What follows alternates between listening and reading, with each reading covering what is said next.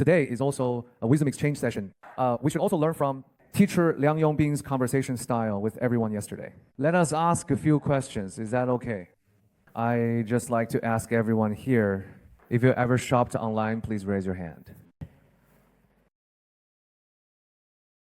Okay, many people have, but notice Khenpo here didn't raise his hand. Should we make up for that? We don't have any more here? Okay. Actually, this leads us into today's topic, which is about how high technology affects lives and the issue of how they influence each other. The relationship between artificial intelligence and the fate of humanity. What is this relationship? We want to focus on artificial intelligence and human happiness. For such a grand topic, we have invited several guests. Let's all give them a warm round of applause. Khenpo Sodargye, Master Hai Tao, Director of Taiwan Live TV, Professor Sheldon, noted scholar from the University of Missouri, USA, Dr. Jiayue Zhu from Google DeepMind, and from Australia, the Cunningham Palliative Care Center, and the professor at Calvary Healthcare, Professor Elizabeth Lobb.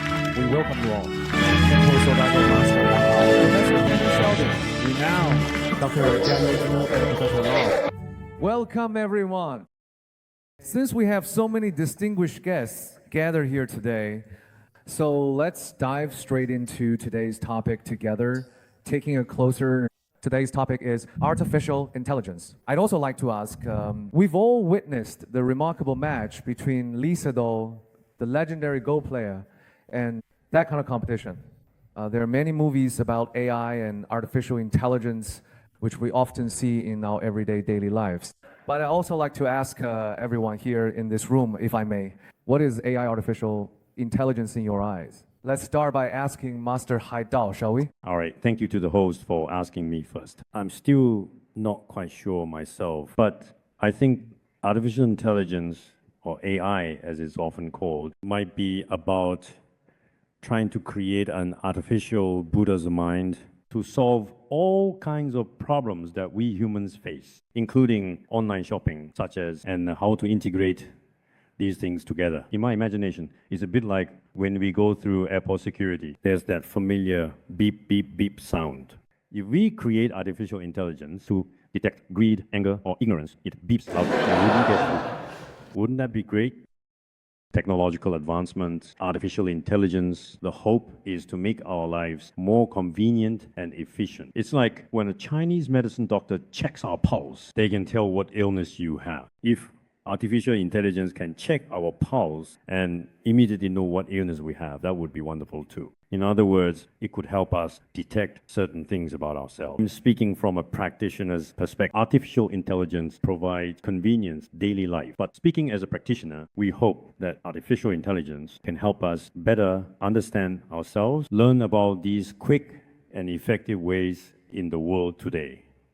Right now, of course, in reality, actually creating a genuine and intricate crystallization of the human mind to help us truly attain happiness. That's what artificial intelligence is. However, I believe the key point is motivation. Motivation is compassion. This is something artificial intelligence cannot achieve. It's like putting a mother's tears into a single drop of water. We don't realize that it is filled with love and compassion. I think artificial intelligence is a versatile tool. We must choose to use it with an altruistic motivation, with the aim of helping others. Because AI is similar to smartphones. It can help us, but it can also harm us. All right, thank you.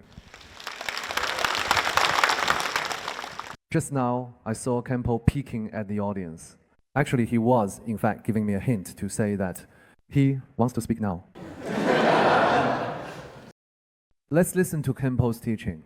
Let's see what artificial intelligence looks like in his eyes.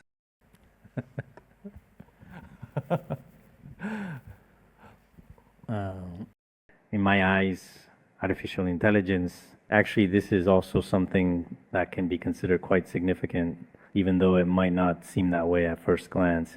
I am still very, very concerned about this issue, and I continue to, because now, at this moment, everyone here probably has a smartphone in their hands these days, right? I mean, in this day and age, Who doesn't? Let me see. Okay, those of you who do have a smartphone with you, please raise your hand.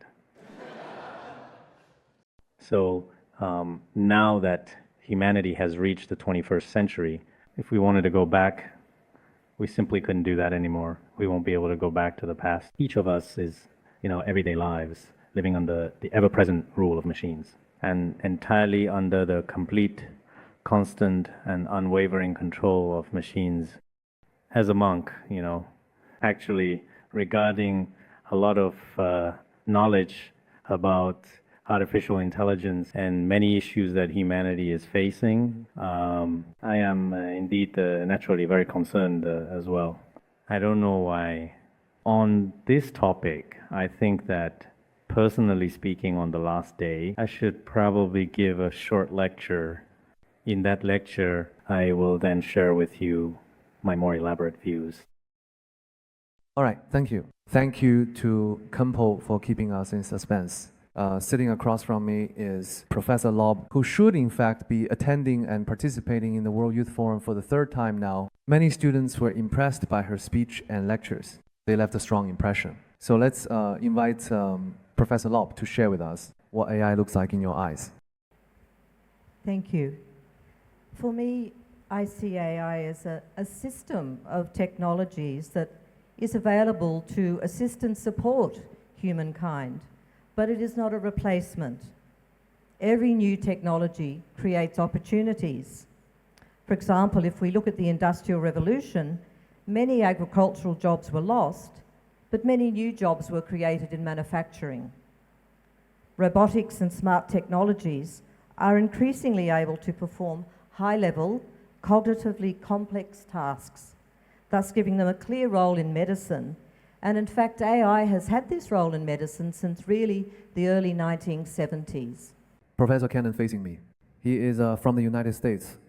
He also comes from what is now, by many experts, the global core birthplace of AI. Please share with us what AI looks like in your eyes. Thank you.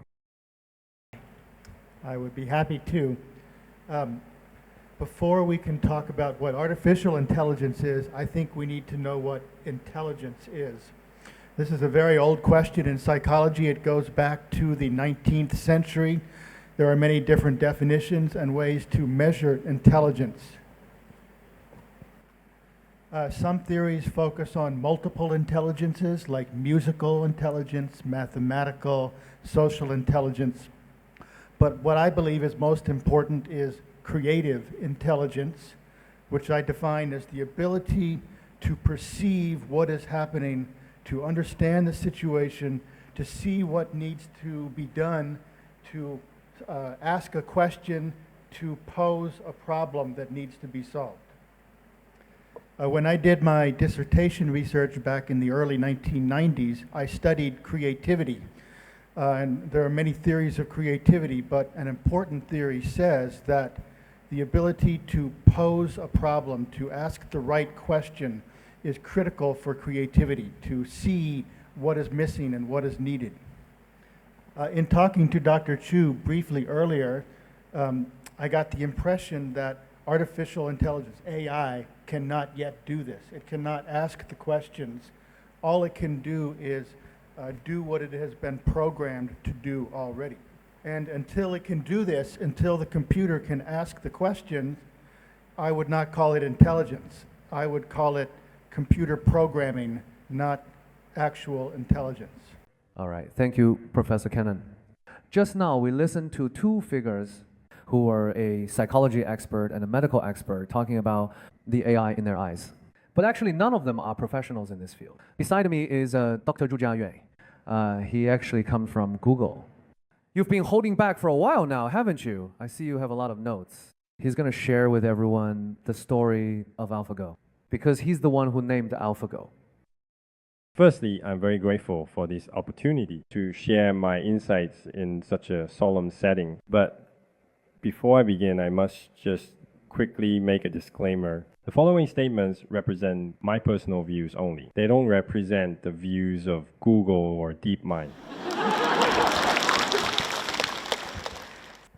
Let me start by telling everyone the story of AlphaGo. That might make things more interesting for everyone. Actually, I myself am not a member of the AlphaGo team. But if you watched the AlphaGo matches, there was a human being, AlphaGo's human mechanical arm, the human hand. The person who helped AlphaGo, Aja, is my friend and professional colleague who I have known for many years. AlphaGo wasn't always known as AlphaGo. In fact, it used to be called Jigo. One day, while chatting, I told him, Jigo sounds like chicken dog in Chinese. Doesn't sound good.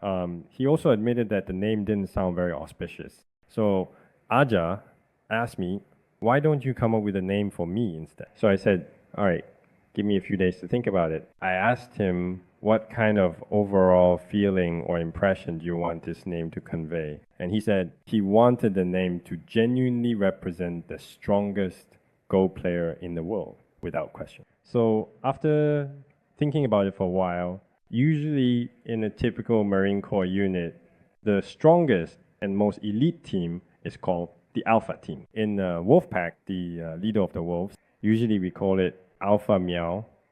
I suggested to him, why don't we just simply call it AlphaGo?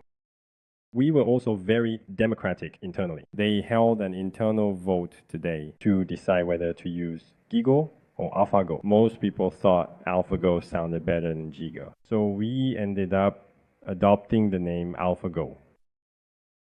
But let's get back to our main topic. I'd like to give everyone a general introduction to what AI is. What exactly is artificial intelligence AI? Many people, after watching movies, quite often have an understanding of AI that is different from what we actually do in scientific research or from the real definition of AI in industry. In this context, intelligence refers to the ability to solve a problem, which is to find an effective solution using reasoning and knowledge. And this problem, of course, must be very clearly defined. A so-called clearly defined problem refers to a result or outcome that can be measured, quantified, or assessed in some way or another. For example, in a game of Go, winning and losing can be measured as a clear outcome.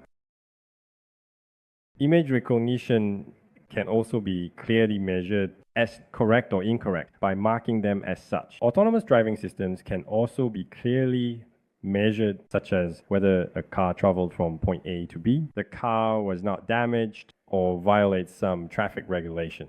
Sorry for interrupting. In simple words, can we say that only things which can be calculated can make use of artificial intelligence? If it's hard to quantify, for example, if we want to paint or do calligraphy, like Khenpo, whose handwriting is very good, that would probably be very difficult, right? That depends on how you define it. What does it mean to write a character? Many systems that can produce handwriting just like a real humans, for example, brush calligraphy system. But of course, first of all, a system itself cannot judge what is beautiful. Because AI has absolutely no sense of discernment, it is simply just a tool. It is people who have discernment.